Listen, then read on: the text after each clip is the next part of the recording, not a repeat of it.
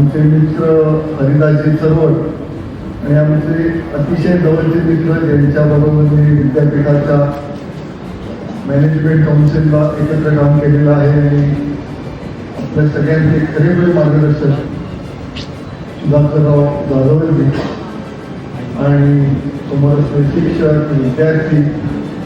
आज खरं आपण जमलेलो आहोत महाराष्ट्राचे इंट्रामॅन देवेंद्र फडणवीस यांच्या वाढदिवसानिमित्त.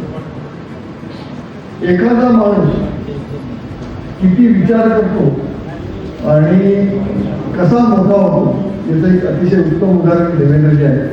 ते माझे बंधू आहेत पण ते खरेखुरे महाराष्ट्राचे नेते आहेत.